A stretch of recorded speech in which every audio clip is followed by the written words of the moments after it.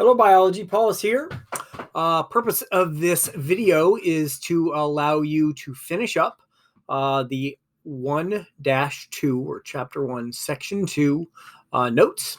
If you missed class when we delivered the first half or 2/3 of these, obviously you're going to need to do everything. For the rest of you, we have about 1/3. Please do remember, number them exactly as you see them on the screen. Even if my numbers are out of sequence, I forget one or add one every once in a while, do the exact number that you see on the screen. Questions, for example, how do scientists test hypotheses? Those go on the left side of your page. All the answers or the notes go on the right side of the page. So these are the notes.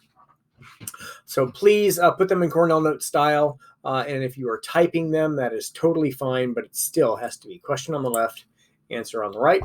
I will unfortunately be going a little bit faster than some of you can write. So obviously you can pause the video whenever you would like to catch up and then restart the video when you are ready. Okay, so I'm going to elaborate and talk a little bit about these notes. But I'm going to be going a little bit quicker than normal, so won't be doing a whole lot of talking.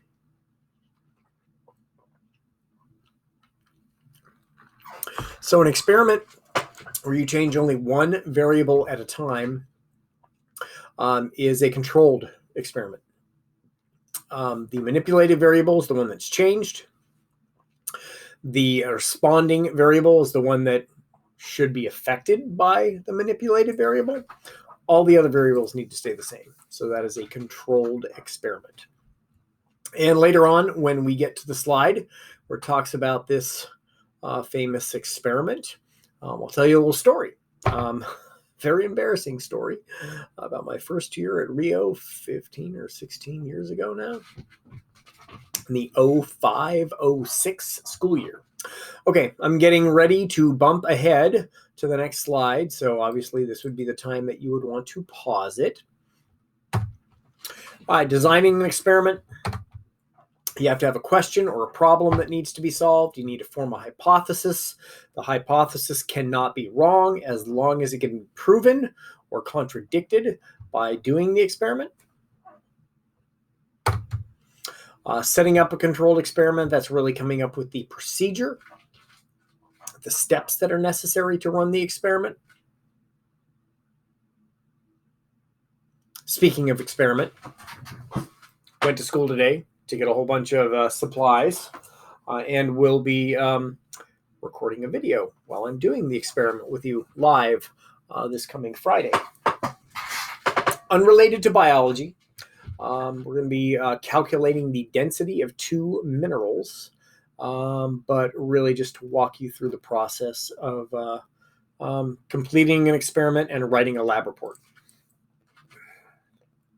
Okay, I am about to go to the next slide, so pause it if you need.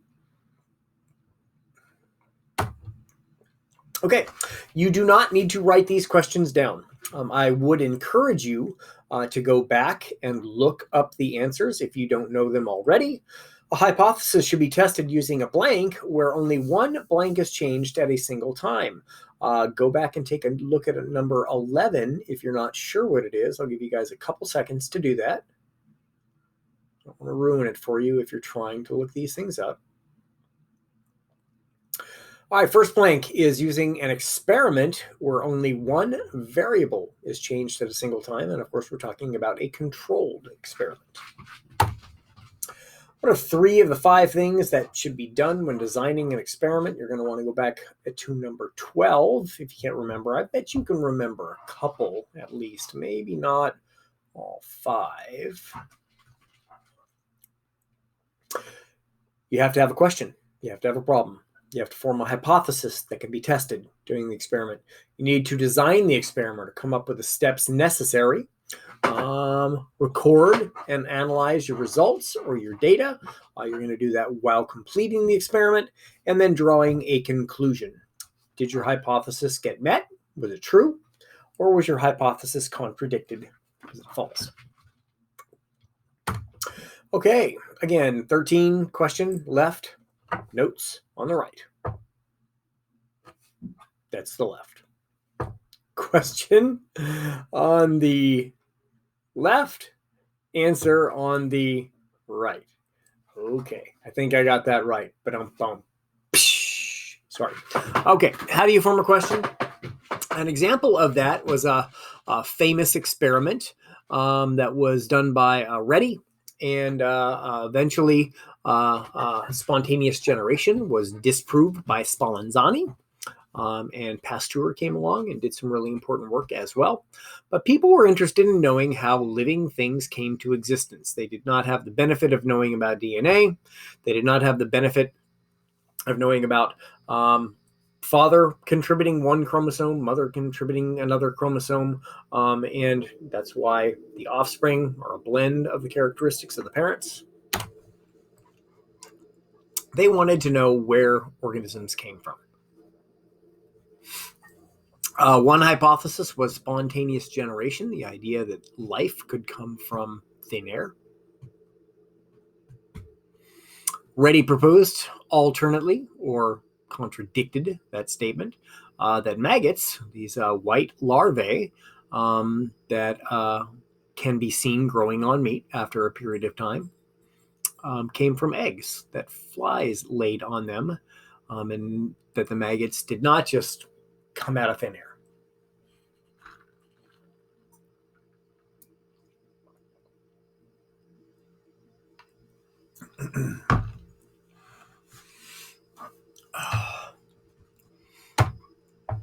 Characteristics of a control experiment. The variable that has changed is the manipulated variable. That is the same as the independent variable. Easy way to remember that is an independent variable is the one that I change. Independent starts with I. It's the one that I change. Variable that is observed and that changes in response to the manipulated variable is the responding variable. Another term for that is the resulting variable or the dependent variable. The dependent variable depends on the independent variable. And giving you a couple examples, the lab we're going to do coming up this Friday, the independent variable is going to be two types of minerals. We're going to use quartz and we're going to use galena. So just changing the mineral type. And then the dependent variable is actually going to be the calculated mineral's density. And we're going to have to measure, we're going to have to measure the volume of the mineral samples. And we will use the water displacement method to do that. Some of you guys have used that method before. And then we're going to be using a digital scale to figure out what the mass is. You divide the mass by the volume and you get the density. If you're interested, quartz is it's the most common mineral on the planet. If you've ever been to the river, the majority of the white rocks, just kind of boring white looking rocks, are quartz. Quartz is very valueless, although there are some quartz varieties that have color in them that are called trace elements, and that makes them more valuable and more rare. Galena, on the other hand, is a very shiny, metallic looking mineral, and it is used to mine lead out of galena. Okay, I'm getting ready to go on to the next slide, so you might want to pause it if you are still writing, because my goodness, there are a lot of words on that slide. Okay, so this was the famous experiment. The independent variable was simply having no gauze or no cloth over the jars versus having gauze or cloth over the jar. So that's the independent variable. That was the thing that was changed. The dependent variable was whether or not maggots ended up growing on the meat. You can see maggots growing here. There's these little white slug-looking things. Over here, the flies could not get to the meat, therefore they could not lay their eggs, and there are no maggots. So the dependent variable is whether or not there are maggots growing on the meat. Everything else has to be kept the same. The size of the jar, the type of the meat, the size of the meat, the temperature of the room itself, the time of day, everything other than the gauze or the cloth had to stay the same. Okay. And that way, you know that if there is a difference, maggots, no maggots, then it has to be related to the independent variable. And that's the beauty of a controlled experiment, is if you do get a change in the dependent variable, you can directly associate it or link it to the independent variable. Okay. Okay. Let's see. Yes, I know I skipped number 16. You skipped number 16 too. Number 17. Reddy's conclusion on spontaneous generation. You do not need to write conclusion again on the right side of your page. Just simply write maggots form only when flies come into contact with the meat. Spontaneous generation of maggots did not occur. My bad, I'm sorry. I was planning on making this video earlier in the afternoon, but my errands took a lot longer. And it was really nice outside, so I decided to go for a bike ride. And it was getting late, so I had dinner. So I'm recording this video at 9 o'clock, and I'm tired because I was up very early this morning. My bad. You'll forgive me, I'm sure. All right, here we go. Moving on. How do scientists record and analyze the results? So now, if you've got a big budget, meaning a lot of money to spend on your experiment, you're going to have tablets, you're going to have iPads, you're going to have digital cameras, you're going to have video cameras, you're going to have cell phones, you're going to have GPS, you're going to have all that stuff. Okay, so currently it's a lot more sexy, if you will. I mean, science is a lot more sexy because we have a lot more technology, a lot more gadgetry, a lot more tools that we can use. But back in the day, scientists would go out in the field with pad of paper and some sketching pencils and maybe a tape recorder that they could speak into. And they made their observations. They did drawings, sketches. Back in the day, there were no cell phones. They barely had computers. So it's a different world. Now, even scientists today, if you don't have a very big budget and you don't have a lot of the technology because you just can't afford it, some is still done old school with cell phones or drawings. So it really kind of depends on, how much money you have to spend on your experiment. All right, I'm about to bump ahead to the next slide. Consequently, this is where we stopped today. All right, so pause it if you're still writing. All right, who proposed the hypothesis that maggots came from eggs laid on the meat by the flies? What was that guy's name? Let me know when you're ready. If you're not sure, you might want to take a look back at number 17 would tell you. Number 14 would tell you. Yeah, the second part of number 14 would tell you.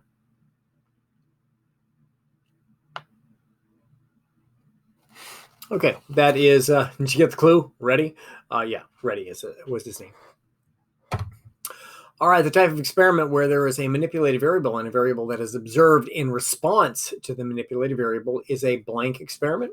What do we call that experiment when we only change one variable? Responding variable can be linked to that, and everything else stays the same or is. Not going to tell you the word. You might want to take a look back at number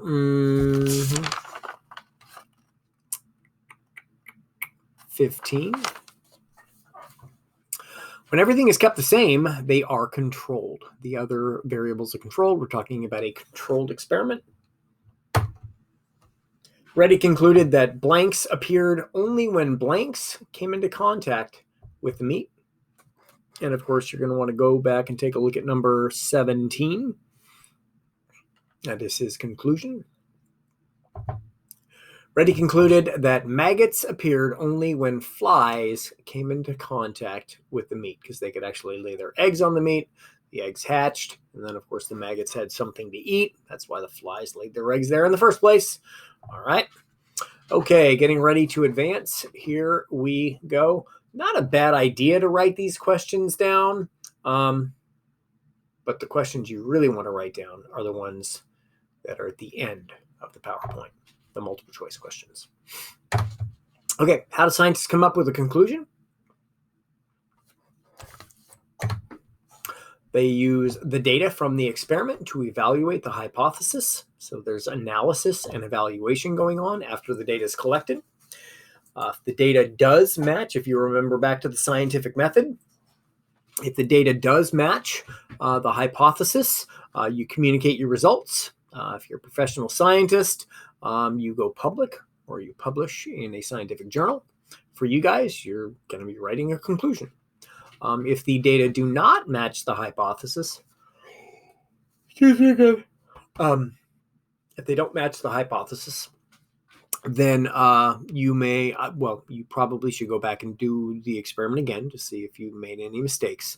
And if you continue to get a non-matching hypothesis with your data, then you might want to modify the steps in the experiment and do it again. Why would a scientist just talked about this, repeat an experiment to be sure that the results match those already obtained?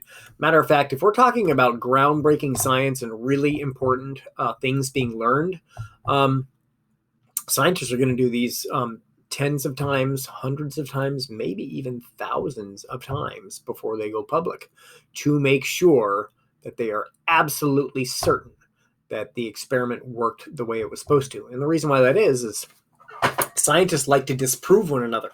They like to go back and redo the experiment, redo the original experiment, and see if they can come up with different data. And that's the beauty of science and scientists trying to prove each other wrong, is they are forcing scientists to do good science and to get to the truth. What did Pasteur find with the idea of spontaneous generation? It's weird, I don't have anything on Spallanzani in this PowerPoint. Sorry, Spallanzani. It's in the book. So whoa, my bad. My little window. Hello. Come on now.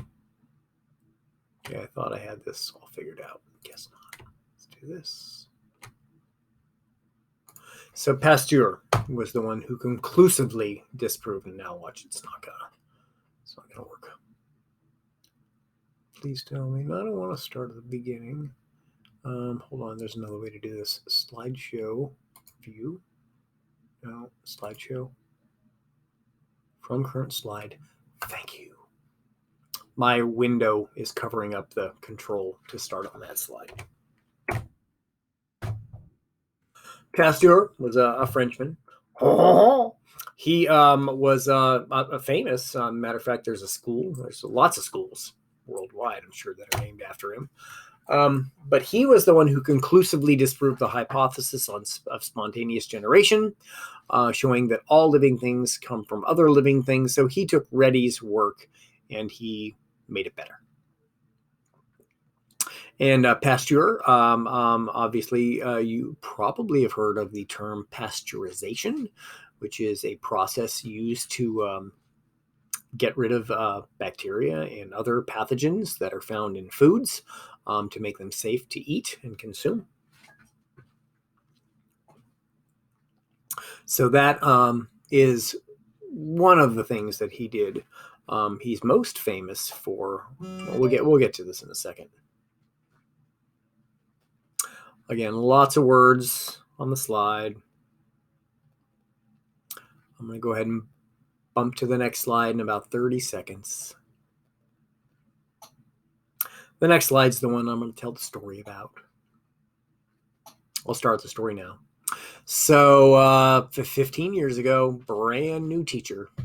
We have a back room where we keep some storage stuff and some of the equipment that we use for our labs. And new teachers, we don't have anything to start with. Now I've got tons of stuff to use, stuff I've even bought and never even used. I'm kind of the opinion I'd rather have it just in case I need it, rather not have it and never know I was missing it. So in any event, there's this flask. I forget what the exact term. It's either called like an S-neck or a curved neck flask. But the idea is that if you take a broth, which is like a flavored liquid with usually meat, it's got proteins and fats in it and stuff, nutrients. Okay, so things could grow in there.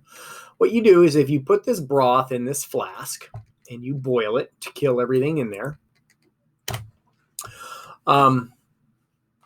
bacteria and things that are in the air, even fungi, can fall into here, but they can't move up the neck and down into this. So if you cook something and kill everything that's in there and basically sterilize this entire glass area because it heats up, the steam kills everything that's in there, even if things fall out of the air and they land here, they can't get to the broth.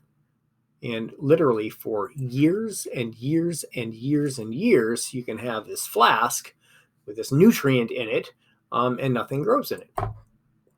So we had one of those at Rio.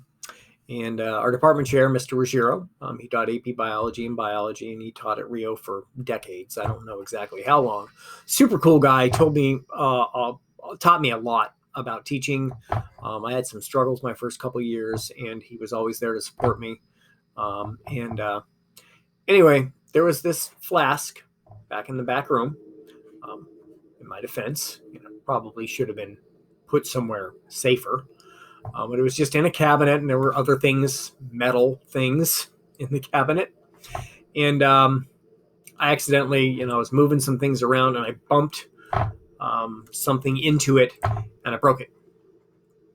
And, of course, I cleaned up the mess and threw it out. And later on that year, he came in and asked, hey, did you by chance take a flask with an S shape on it? I said, oh, shoot, I'm really sorry. I accidentally broke that. And he had this look on his face like, oh, my God, I want to kill this kid. Apparently, that flask had been preserved and not cooked anymore, originally cooked. And it had been, I think he said close to 20 years sitting in that cabinet. And, when he got to the unit where he was teaching about this stuff, he brought it out. Just to prove to the kids that nothing will grow in there. Obviously, he had to tell them that he originally cooked it. But I ruined his prop or his demo that he had been using for decades. He was 3, 4, 5 years away from retirement at that point, so he decided not to do another one. But what happens if you break the neck off and things can literally fall out of the air? Stuff's going to start to grow and stuff's going to start to spoil in there. So the idea is that nothing or life does not come from nothing. Life comes from the air in this case, things that we can't see, microorganisms or microbes. But back to Pasteur. He saved the French wine industry because the wine industry was having a souring of it. And he realized that bacteria and other things that are in the air and things that can grow in the wine were souring it. So he developed some methods of refining their processes to where the microbes couldn't get access to the wine. He also began to uncover the nature of infectious diseases, which are caused they're caused by a lot of things, but many of them were caused by microorganisms or microbes. So he was a hero to the wine industry, started some groundbreaking science work on diseases, and there were many, many to follow. But Pasteur was a stud, and Paulus was not back in 2005, 2006, because he broke Ruggiero's flask. He should have been keeping this thing like in a bottom drawer of a desk or something, not someplace where a rookie could accidentally break it. I mean, give me a break. I just said give me a break. Yeah, moving on. Okay, what's the theory and how does one develop? This was the focus of one of today's warm-up questions. So a theory is a hypothesis with a lot of support, a lot more observation, a lot more evidence, a lot more support from other scientists because they believe, because there's more evidence. Oh my gosh, that's a lot to write. As evidence from numerous investigations build up, hypothesis may become so well supported that scientists consider it a theory. The word theory applies to a well-tested explanation that unifies a broad range of observations. Not going to happen until next semester, but when we talk about evolution next semester, I will apologize, if I'm stepping on anybody's feet that maybe don't believe in evolution for a variety of reasons. But evolution is still only a theory, even though many, many, many scientists believe in the idea that organisms have evolved and adapted over the millennia. It is still only a theory, which is the next step up of certainty from a hypothesis. Now, granted, there's a lot of data to suggest that evolution is happening, but it probably will never become the next step, which is a principle, unless we can find a fossil that links humans or hominids, recent ancestors of our species, to ancient primates. There's a gap in the fossil record, and if we were able to find a fossil that would have characteristics of our recent ancestors and ancient primates, that might be enough evidence to convince at least humans that it shouldn't be a theory anymore. It should actually be a principle. And of course, the last step in certainty is a law, a natural law. Okay, probably will never happen. Certainly probably won't happen in my lifetime because fossils get destroyed. They get weathered and eroded. They could get melted if they're close to a magma or a lava source. There are lots of ways for fossils to get destroyed. Okay. Is a theory considered truth? And this is exactly what I tell the kids when we talk about evolution. No, but as new evidence is uncovered, a theory may be revised or replaced by a more useful explanation. And ladies and gentlemen, that is it for the notes. So you will have between 11 and 24. You should have between 11 and 24, not 23, because you should have skipped 16, just like everybody else did. So go back and renumber them if you accidentally made that mistake. Excuse me again. Dear. I would really encourage you to at least try to look up the multiple choice questions that are going to be coming up in a bit, and even write them down with the answers, because there will be test questions that come from those multiple choice questions.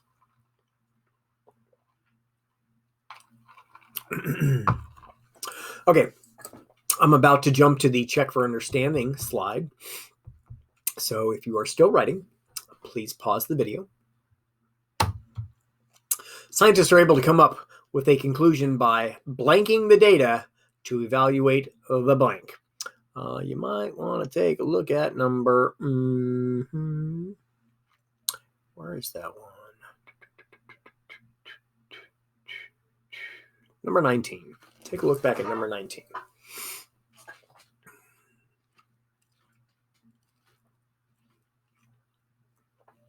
Okay, let's see. They use the data from the experiment. So they use the data, or they analyze the data, or they look at the data to evaluate the hypothesis, to determine if the hypothesis matches the data or is contradicted by the data. Who proved that living things can only come from other living things? That's my best French thing. Sorry. I hope you're giggling, or at least not throwing things at the screen. Pasteur was the one who did that. What was one important result of Pasteur's findings? There were really two things that were mentioned in the notes. If you're not sure, you might want to take a look back at number 22. So he saved the French wine industry, and he also began to uncover the mysteries of infectious diseases, or diseases that come from infections. Once a hypothesis becomes well supported, it may eventually become a... Take a look at number 23, if you're not sure. You bet. Could become a theory. All right. In an experiment, the variable that is deliberately changed is called the... Pause the video if you're going to go try to look it up. 3, 2, 1. The one that I change is the manipulated or independent. It's a good thing for you to know both of those words. They mean the same thing. The mistaken belief that living organisms can arise from non-living matter is called... What is that idea called? 3, 2, 1. Spontaneous generation. Well done, because I know that's what you were saying, or at least what you were thinking. Which of the following was the manipulated variable in Reddy's experiment? What was the only thing he changed?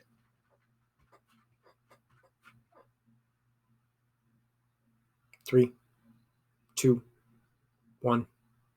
It was the covering, the cloth, the gauze. For those of you that aren't sure what gauze is, it's like it's porous is the best way I can describe it. It's the stuff like if you ever get a tooth pulled or something like that, or you're bleeding at the dentist, it's the stuff they use to soak up all the blood.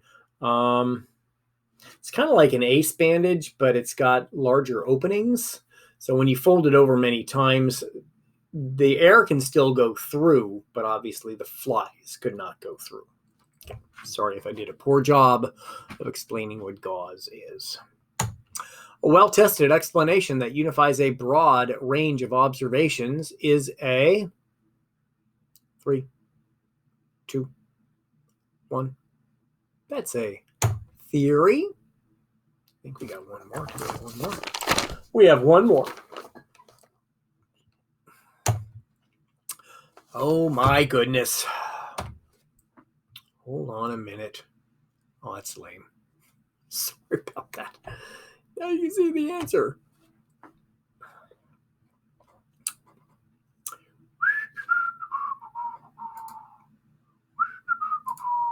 Now you can't.